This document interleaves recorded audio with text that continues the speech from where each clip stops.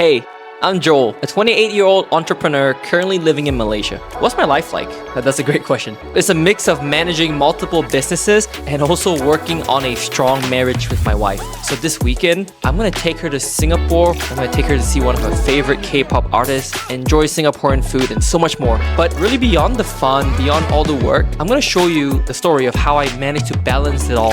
Marriage, business, life, and just everything in between. So let's go. Alright, so we're at the Plaza Premium First Lounge, and this is exclusively for business or first class passengers. There is a regular lounge over there, but the difference here is that they serve you food. So you order and then they bring it to you. Let's go take a look at what food they got.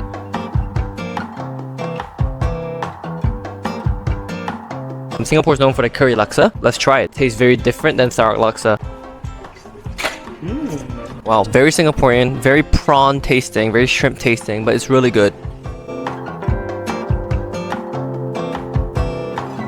This is what I used to always eat in Kuching when I was growing up. It's like a local Malaysian treat. It's just sugar though, so don't eat too much of it. Right now we're moving from the main terminal to a different gate. So this is actually a bus that they use for business and first class passengers. So let's go.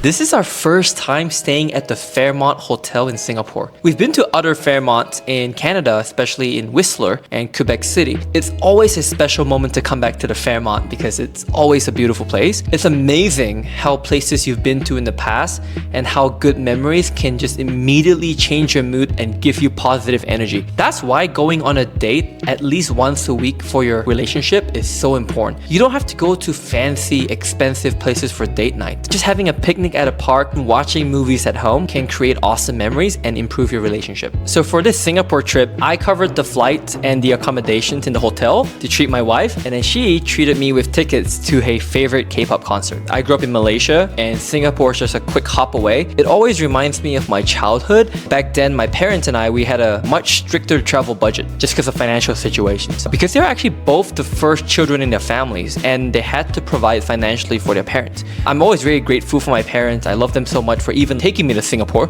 but that experience made me work much harder, and I think it led me eventually to this journey of entrepreneurship. I'm very grateful for this life that God has given me.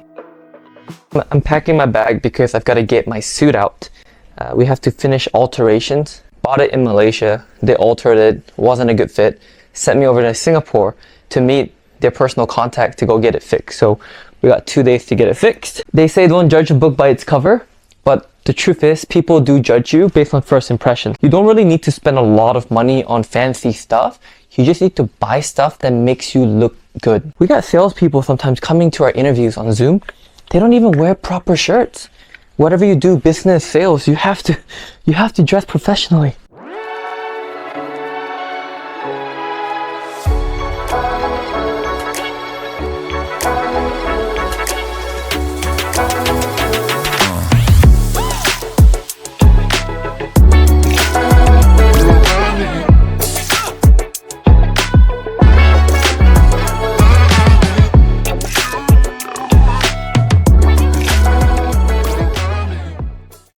Woke up from a nap. Now we're gonna go to the fitness center because I gotta burn some calories because I've been eating too much.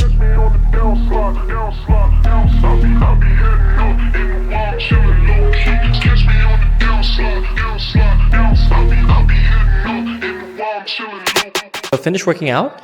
We came to level 2 of the hotel and I didn't know that we're connected to a mall. Dang. I am very surprised that there is so much food options. I'm gonna go find food before everything closes because it's 9:10 and we're trying to find a food court, but we don't know what mall this is, so yeah, we'll figure it out. Okay, so we're gonna come to Sushi Tei and hopefully they're still open. It's important because I gotta eat before I work. It's like 9 and work starts in 45 minutes.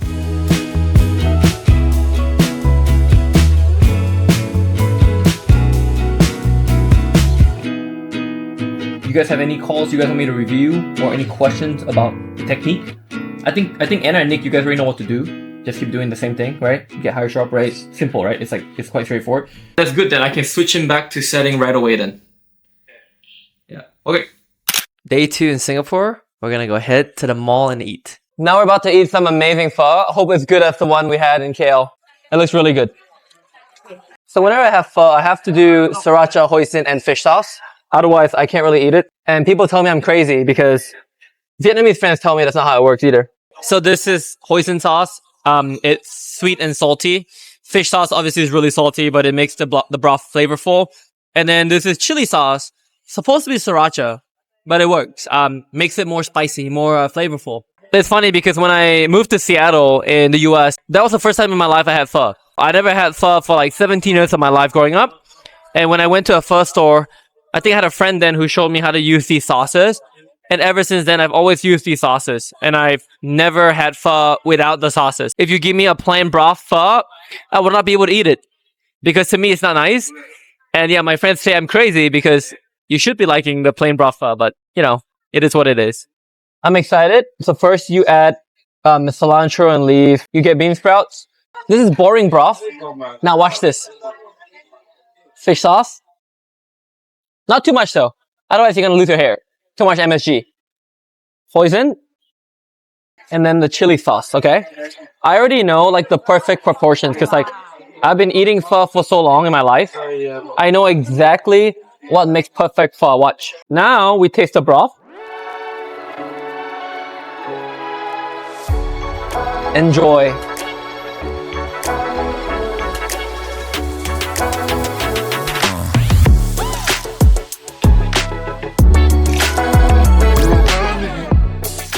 At this pool, there's a lot of kids behind me. It reminds me a lot when I was a lot younger as a kid.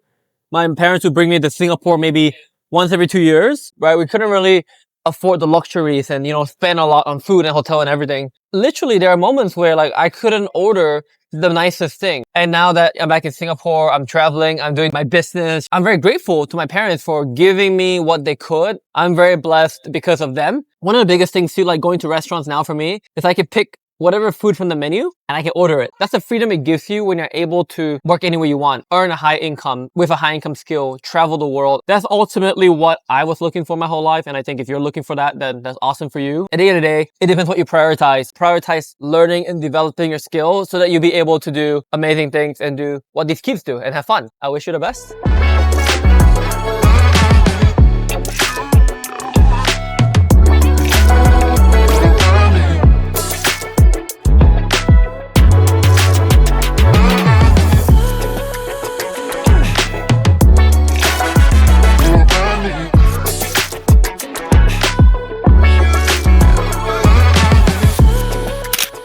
This is a very traditional Malaysian Singaporean meal. It's rice and then there's some meat in it. It's like a pulut panggang, but it's not exactly that. I'm here for the dim sum. So we get some shrimp. It's very sticky. The siumai.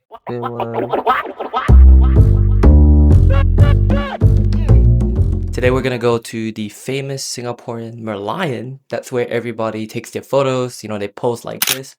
We're gonna go do it because I've actually never done a photo there before. Instead of walking to the Merlion, we're gonna go get a train to the Marina Bay Sands for this beautiful hotel. Let's get it.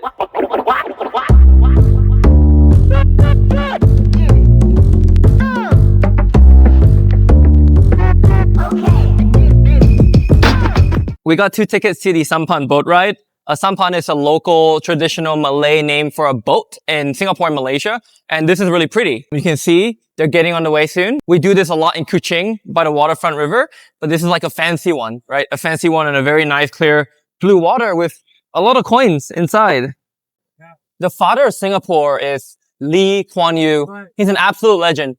And I think from a business perspective or business leadership perspective, there's many lessons we can learn from Mr. Lee. Lee Kuan Yew had a famous catchphrase called, "The impossible can happen." The first lesson, have a massive goal. Lee Kuan Yew knew from the moment they exited Malaysia, he was going to take Singapore to the elite levels of world domination, right? And he did it. Lesson number 2, always have a succession plan in place. Lee Kuan Yew was always about grooming and developing the younger generation. They had to develop their skills. They had to learn. They had to not be egotistical.